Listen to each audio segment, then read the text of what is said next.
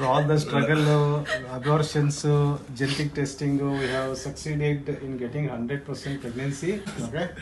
Thank you, sir. ತುಂಬಾ thank you. Full Shiva ತುಂಬಾ thanks. No worry, Amma, no worry. So the values are very nice, and this is no doubt also. ಅಂತ pregnancy ಇದೆ.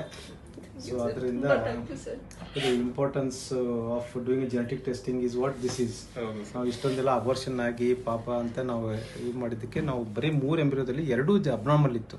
Only one was a normal embryo genetically which was healthy, and we transferred, and today she is pregnant with a value of 2255.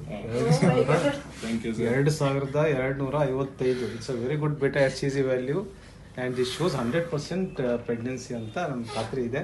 This is importance. ಯಾವಾಗ ನಾವು age ಜಾಸ್ತಿ ಇರುತ್ತೆ ಎಲ್ಲ abortion ಆಗ್ತಾ ಇರುತ್ತೆ, we do the genetic testing of the embryo and we transfer out of 3 embryos only one was genetically healthy. That shows what is the significance.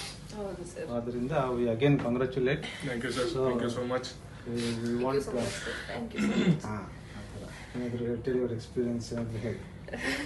Sir ತುಂಬಾ panic ಆಗ್ಬಿಟ್ಟಿದ್ದೆ sir. ನನಗೆ ಐ ಡೋಂಟ್ ನೋ ಹೆಂಗೆ ಹೇಳ್ಬೇಕಂತ ಸಹ ಗೊತ್ತಾಗ್ತಾ ಇಲ್ಲ. ಈ 14 days ಎಷ್ಟು ಸ್ಟ್ರೆಸ್ ಮಾಡಬಾರ್ದು ಆಗತ್ತೆ ಅಂತಿದ್ರು ತುಂಬಾ ಥ್ಯಾಂಕ್ ಯು ಸರ್. ನಾನು ಎಕ್ಸ್ಪೆಕ್ಟ್ ಮಾಡಿರ್ಲಿಲ್ಲ ಇಷ್ಟು ಒಳ್ಳೆ ವ್ಯಾಲ್ಯೂ ಬರುತ್ತೆ ಅಂತ. ಆದ್ರೂ ಒಂದು 200-300 ಆ ಥರ ಎಕ್ಸ್ಪೆಕ್ಟ್ ಮಾಡಿದೆ. ಇಷ್ಟು ಒಳ್ಳೆ ವ್ಯಾಲ್ಯೂ ಎಕ್ಸ್ಪೆಕ್ಟ್ ಮಾಡಲಿಲ್ಲ.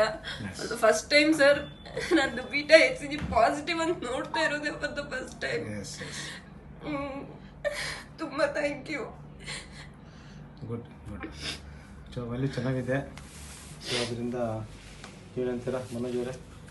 Thank you sir. ಎಲ್ಲರೂ ರೈಟ್ ಟೈಮ್ಗೆ ಕರೆಕ್ಟ್ ಆಗಿ ರೈಟ್ ಡಾಕ್ಟರ್ನ ಕನ್ಸಲ್ಟ್ ಮಾಡಿದ್ರೆ ಎಲ್ಲರಿಗೂ ತುಂಬಾ ಒಳ್ಳೇದಾಗುತ್ತೆ. ಯಾವ ಏಜು ಯಾರ ಹತ್ರ ಯಾರು ಏನ್ ಅನ್ಕೊಂತಾರೆ ಅನ್ನೋದೇ ಯಾವತ್ತೂ ಯೋಚನೆ ಮಾಡಕ್ ಹೋಗ್ಬೇಡಿ. ನಿಮ್ಮ ಮಗು, ನಿಮ್ಮ ಜೀವನ, ನಿಮ್ಮ ಇದು. ದಯವಿಟ್ಟು ಎಲ್ಲರೂ ರೈಟ್ ಡಾಕ್ಟರ್ನ ಕನ್ಸಲ್ಟ್ ಮಾಡಿ ರೈಟ್ ಟ್ರೀಟ್ಮೆಂಟ್ ತಗೊಳ್ಳಿ, ಎಲ್ಲಾದು ಒಳ್ಳೇದಾಗುತ್ತೆ.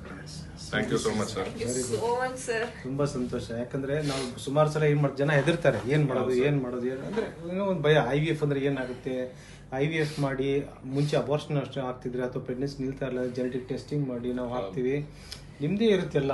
ಬಟ್ ಏನು ಫಿಲ್ಟರ್ ಮಾಡಿ ಒಂದು ಒಳ್ಳೆ ಭ್ರೂಣ ಹಾಕ್ತೀವಿ. ಆ ಥರ ಮಾಡಿದ್ರೆ ಒಂದು ಪ್ರೆಗ್ನೆನ್ಸಿ ಚಾನ್ಸು ಚೆನ್ನಾಗಿರುತ್ತೆ ಅಂತ ಒಂದು ಉದಾಹರಣೆ.